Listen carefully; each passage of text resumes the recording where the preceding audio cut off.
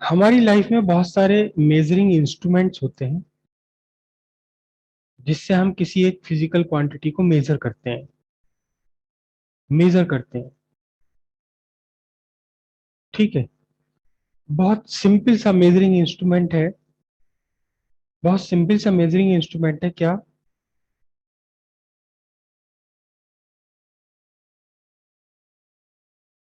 Weighing scale, तराजू।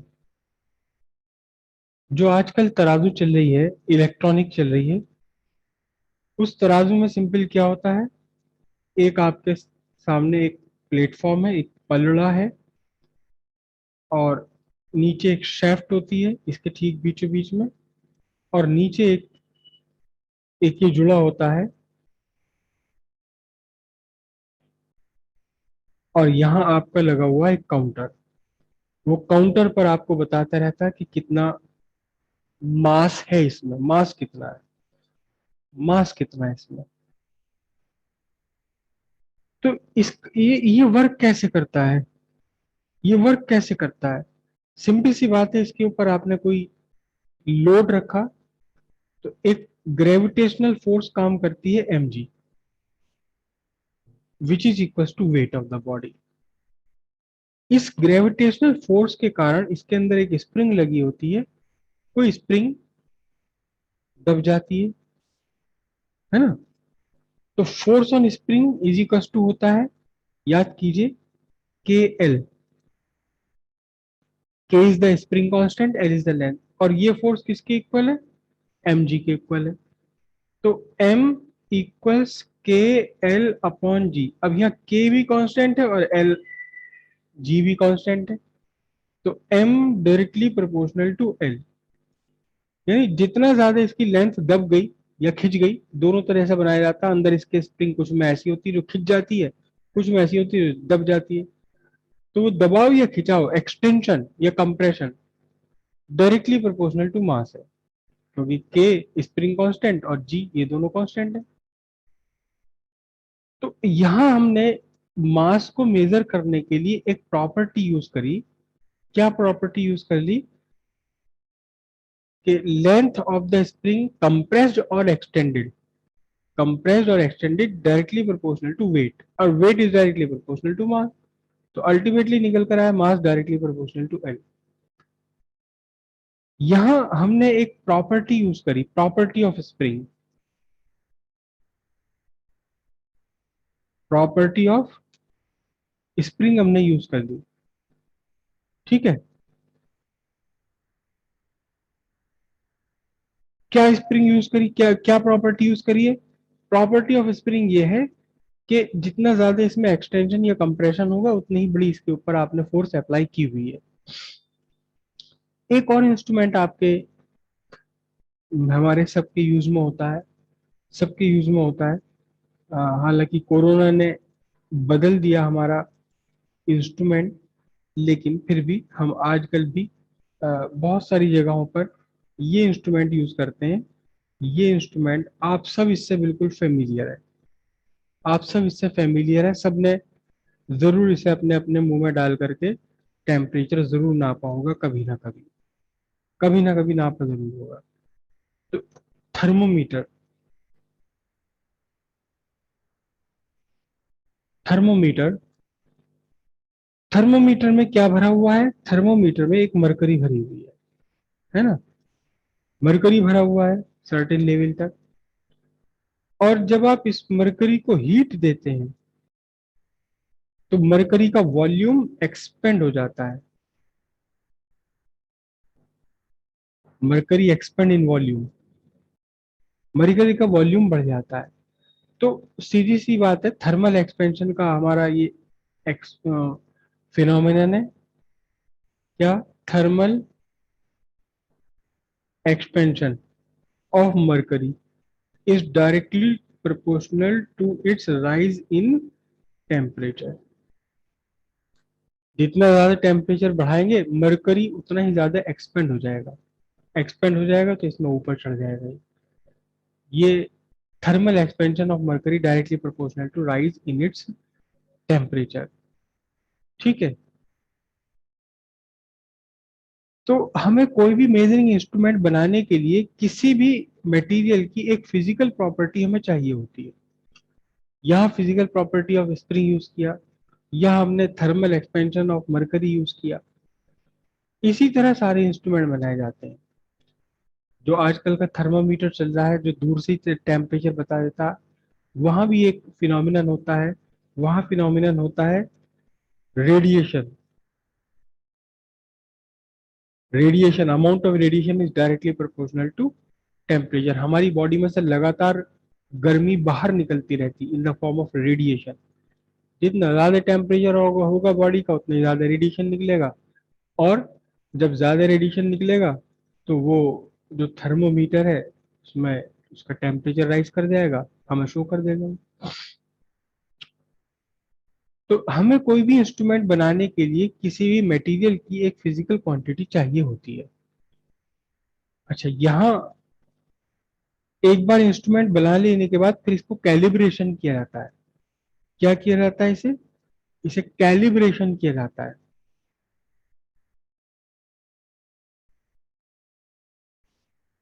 Calibration किया जाता है। तो कैलिब्रेशन एक्चुअली क्या है? कैलिब्रेशन क्या है? जैसे आपने मरकरी थर्मोमीटर आपने बना लिया। मरकरी थर्मोमीटर आपने बनाया, ठीक है। एक पतली सी ट्यूब होती है, बिल्कुल फाइन ट्यूब होती है। और इस फाइन ट्यूब के अंदर आपने भर दिया मरकरी। मरकरी बल्कि नीचे बल्ब में भरा जाता है। प्रोसेस इसका क्या है बनाने का, वो तो एक अलग कहानी हो गई। तो यहां तक मरकरी आपने भर दिया, ठीक है। और पहले आपने क्या काम किया? पहले आपने इस जो मरकरी थर्मोमीटर का नीचे का जो बल्ब है, इसे आपने पूरे को आइस में ढक दिया। आइस लगा दी इसके चारों तरफ, बर्फ लगा दी इसके चारों तरफ।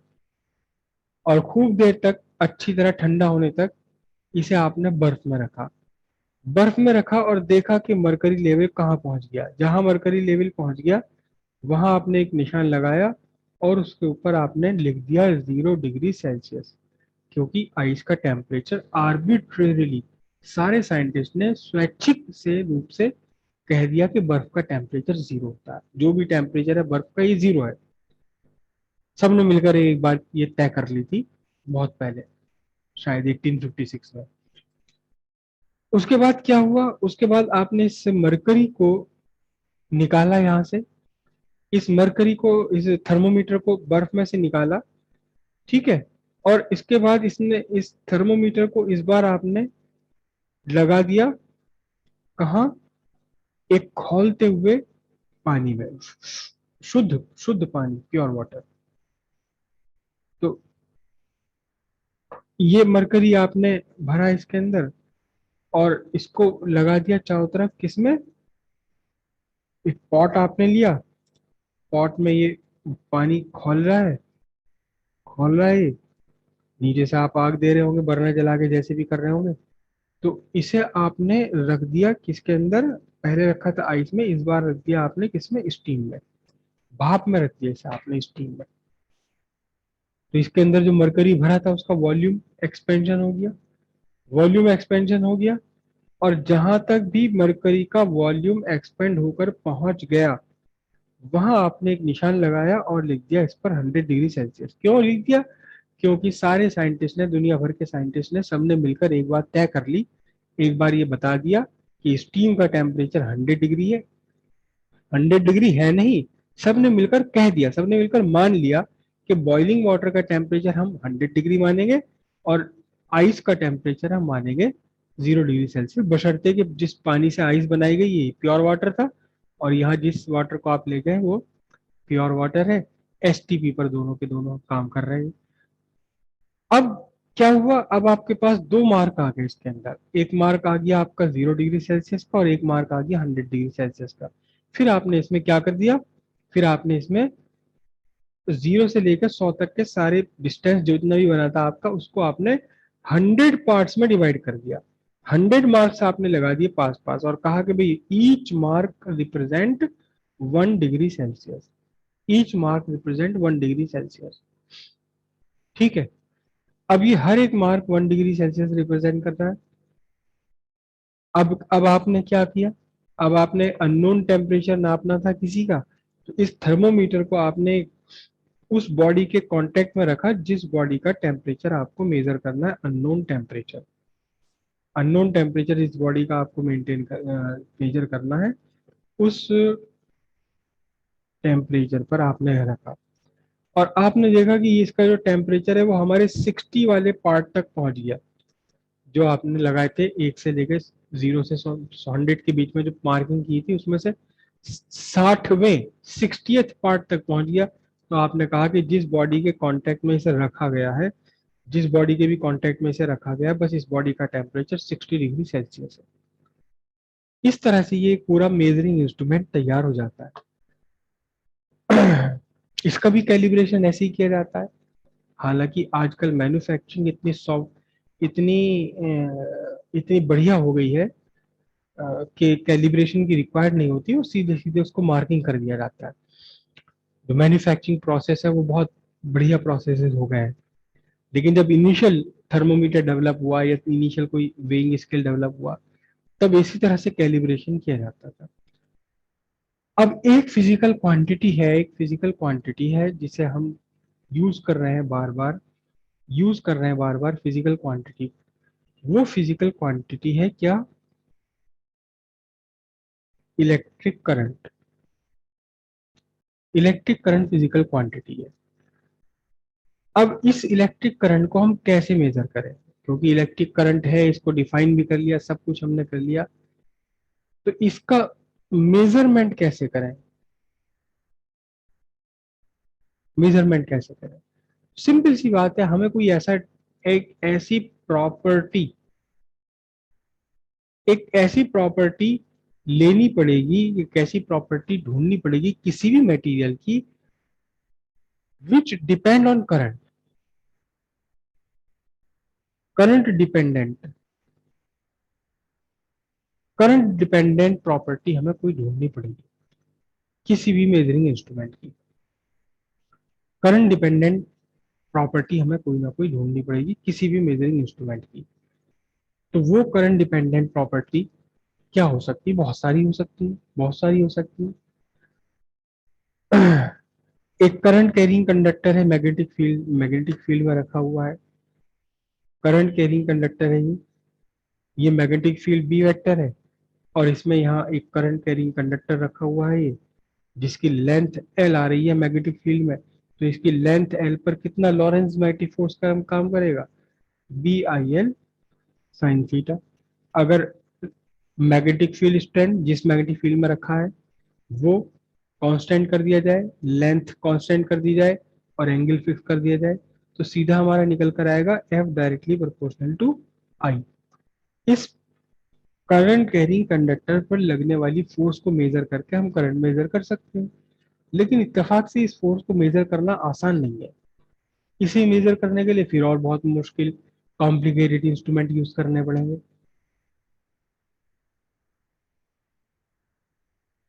Force between two current carrying conductor, force between two current carrying conductor, हमने कहा था कि दो करंट कैरिंग कंडक्टर है, I one I two current है इनमें, इनके बीच लगने वाला फोर्स कितना है? Mu naught upon 4 pi 2 I1 I2 upon R. अगर यहां से हम एक कंडक्टर में करंट फिक्स कर दें, I1 या I2, दोनों के बीच का डिस्टेंस फिक्स कर दें, तो फिर क्या force directly proportional to I2 हो जाएगा। अगर I1 फिक्स कर दिया आपने, लेकिन फिर वही बात है, इस फोर्स को मेजर करना भी मुश्किल है। फोर्स होती भी बहुत कम है, ये फोर्स होती भी बहुत कम है, क्योंकि म्यू नॉट अपॉन 4 पाई की वैल्यू 10⁻⁻7 होती है। तो ये लॉरेंस मैग्नेटिक फोर्स बहुत कम होती है, और उसे मेजर करना वो भी मुश्किल पड़ेगा। लेकिन एक चीज है हमारे पास, एक फैक्टर, एक एक प्रॉपर्टी ऐसी है जिसे मेजर करना भी आसान है और वो काम में ली जा सकती है करंट मेजर करने के लिए। कौन सा? कौन सी property? Torque on current carrying coil. Torque on current carrying coil in uniform magnetic field. यूनिफॉर्म मैग्नेटिक फील्ड में जो करंट कैरिंग कॉइल है, करंट कैरिंग कॉइल पर लगने वाला टॉर्क से हम मेजर कर सकते हैं। क्या मेजर कर सकते हैं? करंट मेजर कर सकते हैं। कैसे? Torque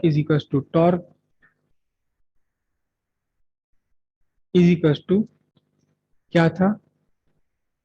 NIA B sine alpha.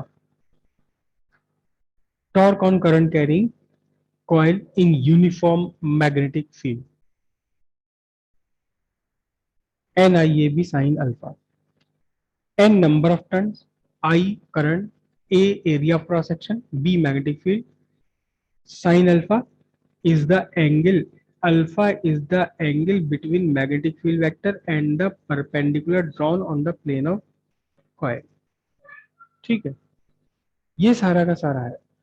अगर आपने एक बार एक कॉइल बना ली है, एक कॉइल में बना लिया आपने, इस कॉइल को बनाया आपने, तो इसमें जितने नंबर ऑफ टर्न्स आपने डाले थे वो फिक्स हो गए, एक बार बना लीजिए। एरिया ऑफ क्रॉस सेक्शन इसका फिक्स है, इसे आपने एक यूनिफॉर्म कांस्टेंट मैग्नेटिक फील्ड में लटका दिया। तो एक बार कॉइल बना ली आपने, तो for a given coil in a given magnetic field, given coil given magnetic field हो, तो torque directly proportional to I sine alpha रह जाएगा। इसे कांस्टेंट नहीं कर सकते हम नॉर्मल कंडीशंस में। इसे इसलिए कांस्टेंट नहीं कर सकते क्योंकि ये तो ओरिएंटेशन बदलेगा ना। अगर कॉइल ऐसे रखी है आपकी, ये मैग्नेटिक फील्ड है, कॉइल ऐसे रखी है, तो ये ओरिएंटेड, ये अल्फा की वैल्यू कितनी, 90, सॉरी 0। अगर कॉइल ऐसे रखी है तो बढ़ गई, अगर कॉइल यूं रखी है तो अल्फा की वैल्यू 90 है। तो इस तरह से ये टॉर्क के साथ साथ ये तो बदलता चला जाएगा। लेकिन अगर किसी तरह से कोई ऐसा जुगाड़ हम लगा लें, सिंपल सी बात है, जुगाड़, कोई जुगाड़ ऐसा लगा लें कि साइन अल्फा, ये जो अल्फा की वैल्यू है, अल्फा कांस्टेंट हो जाए। अगर कोई जुगाड़ ऐसा लगा लिया जाए कि अल्फा कांस्टेंट हो जाए, तो फिर टॉर्क डायरेक्टली प्रोपोर्शनल टू आई हो जाना है। अगर कुछ ऐसा काम कर दिया जाए, कोई ऐसा अरेंजमेंट बना दिया जाए कि अल्फा कांस्टेंट हो, अल्फा कांस्टेंट हो, और या हमें अल्फा से कोई मतलब नहीं, साइन अल्फा कांस्टेंट हो जाए किसी तरह से, तो फिर torque on the current carrying coil directly proportional to current on it, current through it. तब हम torque on current carrying coil को मेजर करके करंट को मेजर करने वाला इंस्ट्रूमेंट बना सकते हैं। टॉर्क को मेजर करना आसान है। टॉर्क का मतलब टर्निंग इफेक्ट, टर्निंग इफेक्ट, ये कितने डिग्री पर घूम गई, इसको मेजर करना आसान है। फोर्स को मेजर करना मुश्किल था, लेकिन ये जब इस पर टॉर्क लगा तो टॉर्क ने इसे घुमा दिया। घुमाने, कितना घुमा दिया, वो एंगल हम मेजर कर सकते हैं बहुत आराम के साथ में। तो फिर अगर इस पूरे के पूरे फिगर में एन ए बी और साइन अल्फा की वैल्यू किसी भी तरह से कांस्टेंट कर दी जाए, तो फिर torque on current carrying loop, current carrying coil becomes directly proportional to the current through it. और अब हम टॉर्क ऑन कॉइल को मेजर करने के बाद करंट को मेजर कर सकते हैं। मतलब सिंपल सी बात है, यहां हमारा क्या था, यहां हमारा था thermal expansion, thermal expansion of mercury directly proportional to temperature. तो थर्मल एक्सपेंशन की हेल्प से हमने टेम्परेचर मेजर कर लिया। यहां आ रहा है torque directly proportional to current through the coil. तो करंट, टॉर्क मेजर करके हम करंट मेजर कर सकते हैं। यहाँ वॉल्यूम मेजर करके हमने टेम्परेचर मेजर कर लिया। तो जो एक्सपेंशन हो रहा है वॉल्यूम का एक्सपेंशन है। हमने एक्चुअली तो हम मेजर कर रहे हैं इस वॉल्यूम को, लेकिन अपने कैलिब्रेशन में हमने क्या कर दिया, हमने कैलिब्रेशन में वॉल्यूम को कन्वर्ट कर लिया टेम्परेचर में। एक्चुअल टेम्परेचर, मरकरी को क्या पता कि टेम्परेचर क्या होता है, मरकरी ने तो थर्मल एक्सपेंशन शो करना है। आपने इसे हीट दी, इसका थर्मल, इसका वॉल्यूम बढ़ गया। लेकिन उस वॉल्यूम को, उस वॉल्यूम के डिक्रीज इंक्रीज होने को हमने अपने हिसाब से कन्वर्ट कर लिया, कैलिब्रेट कर लिया, किसमें, टेम्परेचर में, टेम्परेचर में कैलिब्रेट कर दिया। तो इसी तरह से कि अगर हम ये सब चीजें कांस्टेंट बना पाए तो फिर torque directly proportional to current रह जाएगा, और फिर हम torque on the coil measure करके current through the coil measure कर सकते हैं। यानी कि हम इस प्रॉपर्टी को यूज करके, किस चीज को यूज करके, torque on current carrying coil property को यूज करके फिर हम क्या कर सकते हैं, हम एक करंट करंट मेजरिंग इंस्ट्रूमेंट बना सकते हैं। करंट मेजरिंग इंस्ट्रूमेंट इससे हम बना सकते हैं। For A for a given magnetic field current कैसे कांस्टेंट हो जाएगी? सुनो, अब इधर देखिए ध्यान से आप, इस जो ये हमारा पूरा फॉर्मूला है, इसमें करंट है, current through the current coil, ये कॉइल है, इस कॉइल के अंदर जितना भी करंट आप भेज रहे हो वो करंट है यहाँ इस फॉर्मूले में। और ये जो मैग्नेटिक फील्ड है, इस मैग्नेटिक फील्ड का करंट से कोई ताल्लुक नहीं। देखो ध्यान से सुनो आप, आपके पास एक मैग्नेट है जिसका shape horse shoe shape magnet है। हॉर्स शू शेप मैग्नेट आपने सबने देखा होगा, यू शेप का मैग्नेट होता है, यू शेप का मैग्नेट होता है। अब मेरे पास रखा हुआ भी है, मेरे दादाजी का खरीदा हुआ, ये इस शेप का मैग्नेट होता है। इसमें यहाँ नॉर्थ पोल होता है, यहाँ साउथ पोल है। तो अब मैग्नेटिक फील्ड लाइंस कहाँ है इसके बीच में, नॉर्थ से साउथ की तरफ, ये मैग्नेटिक फील्ड लाइंस है इसके बीच में यहाँ। अब इसमें कोई कॉइल रखी हो या ना रखी हो, इस मैग्नेटिक फील्ड के अंदर मैं कॉइल रख दूं या ना रखूं, मैग्नेटिक फील्ड पे क्या फर्क है? मैग्नेटिक फील्ड कांस्टेंट रहेगा या जो भी है। तो मैग्नेटिक फील्ड का करंट से कोई ताल्लुक नहीं है। मैग्नेटिक फील्ड बनाने के लिए आपने कहीं कोई करंट कैरिंग कॉइल यूज करी हो तो वो एक अलग बात है, वरना तो जब आप मैग्नेट का मैग्नेटिक फील्ड कंसिडर करेंगे तो दो पोल्स के बीच में मैग्नेटिक फील्ड कांस्टेंट है। इसमें चाहे आप कॉइल रखो या मत रखो, अगर आपने यहाँ कॉइल रख दी इस मैग्नेटिक फील्ड में तो इस कॉइल में करंट पास करो या मत करो, उससे क्या फर्क पड़ रहा है, मैग्नेटिक फील्ड अपनी जगह कांस्टेंट रहेगा। मैग्नेटिक फील्ड का करंट से कोई ताल्लुक नहीं है। हाँ, टॉर्क का करंट से जरूर रिलेशन है कि करंट अगर ज्यादा होगी तो टॉर्क भी ज्यादा होगा। For a given coil and in given magnetic field torque directly proportional I sine alpha. किसी तरह किसी जुगाड़बाजी से साइन अल्फा भी अगर कांस्टेंट कर लिया जाए तो फिर हम करंट मेजरिंग इंस्ट्रूमेंट बना सकते हैं by using the property that torque on current carrying coil directly proportional to the current flowing through it. मतलब इस मैग्नेटिक फील्ड में आपने एक कॉइल रखी, इस मैग्नेटिक फील्ड में आपने एक कॉइल रखी, इस कॉइल के अंदर जो करंट भेज रहे हो आप, उस करंट के ऊपर डिपेंड करेगा what the torque on the coil, the torque on the coil depend on the current flowing through this coil only.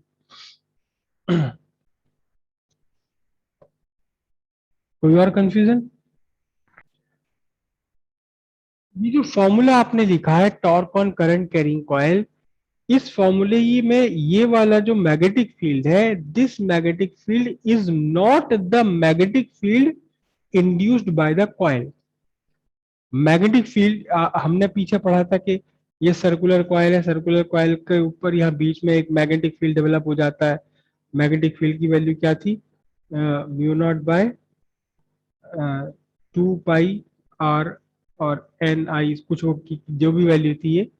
तो यहाँ मैग्नेटिक फील्ड बन जाता है जब आप इसमें करंट फ्लो कराते हो, ये बोल रहा हूँ। लेकिन ये जो मैग्नेटिक फील्ड है इस फॉर्मूले में, ये मैग्नेटिक फील्ड इस कॉइल ने जो मैग्नेटिक फील्ड बनाया है, इस कॉइल ने मैग्नेटिक फील्ड जो इंड्यूस किया है due to the current through it, ये वो मैग्नेटिक फील्ड नहीं है, ये एक्सटर्नल मैग्नेटिक फील्ड है, एक्सटर्नल मैग्नेटिक फील्ड है। एक्सटर्नल मैग्नेटिक फील्ड हम कहां से लाएंगे? सिंपल सी बात है, एक नॉर्थ साउथ पोल को आप घुमा के आमने सामने ले आइए, नॉर्थ साउथ पोल को घुमाकर आप आमने सामने ले आइए तो नॉर्थ से साउथ के बीच में एक मैग्नेटिक फील्ड बन जाएगा। ये मैग्नेटिक फील्ड है बी, एक्सटर्नल मैग्नेटिक फील्ड, जिसमें आपने कॉइल को सस्पेंड करना है, कॉइल को लटकाना है, ये मैग्नेटिक फील्ड है। और ये मैग्नेटिक फील्ड, जिस मैग्नेटिक फील्ड में आपने कॉइल रखा, इस मैग्नेटिक फील्ड को करंट थ्रू द कॉइल से कोई मतलब नहीं है। एक नॉर्थ साउथ पोल के बीच में आपने मैग्नेटिक फील्ड बना लिया, एक परमानेंट मैग्नेट बना दिया, तो नॉर्थ साउथ पोल के बीच में मैग्नेटिक फील्ड है, चाहे आप इसमें कॉइल रखें ना रखें, कॉइल में करंट फ्लो कराएं या ना कराएं, कॉइल पर टॉर्क लगे ना लगे, कॉइल घूमे ना घूमे, ये जो मैग्नेटिक फील्ड इस मैग्नेट ने बनाया हुआ है, ये मैग्नेटिक फील्ड नहीं बदलेगा, वही मैग्नेटिक फील्ड है। इस ये रेड लाइन बनाई है, magnetic field created by some outer object, some second way, किसी दूसरे तरीके से बना हुआ मैग्नेटिक फील्ड है इस फॉर्मूले के अंदर। ये मैग्नेटिक फील्ड खुद वो मैग्नेटिक फील्ड नहीं है जो खुद कॉइल इंड्यूस करती है, वो मैग्नेटिक फील्ड नहीं है यहाँ। और एक्चुअल में जो मैग्नेटिक फील्ड कॉइल इंड्यूस करती है वो वाला मैग्नेटिक फील्ड लाइंस, और जिस एक्सटर्नल मैग्नेटिक फील्ड में आपने रखा है, इस मैग्नेटिक फील्ड की मैग्नेटिक फील्ड लाइन एक दूसरे को इंटरैक्ट करती हैं, और उस इंटरेक्शन का ही रिजल्ट होता है torque on current carrying coil. क्योंकि एक मैग्नेटिक फील्ड में तो आपने रखा, दूसरा मैग्नेटिक फील्ड ये कॉइल बना देगी, और वो मैग्नेटिक फील्ड लाइंस एक दूसरे को लेटरली सेपरेट होती है, लॉन्गिट्यूडनली कांटेक्ट होती है, और उन सब का जो रिजल्ट है कुल मिलाकर वो हमें दिखाई देता है torque on current carrying coil.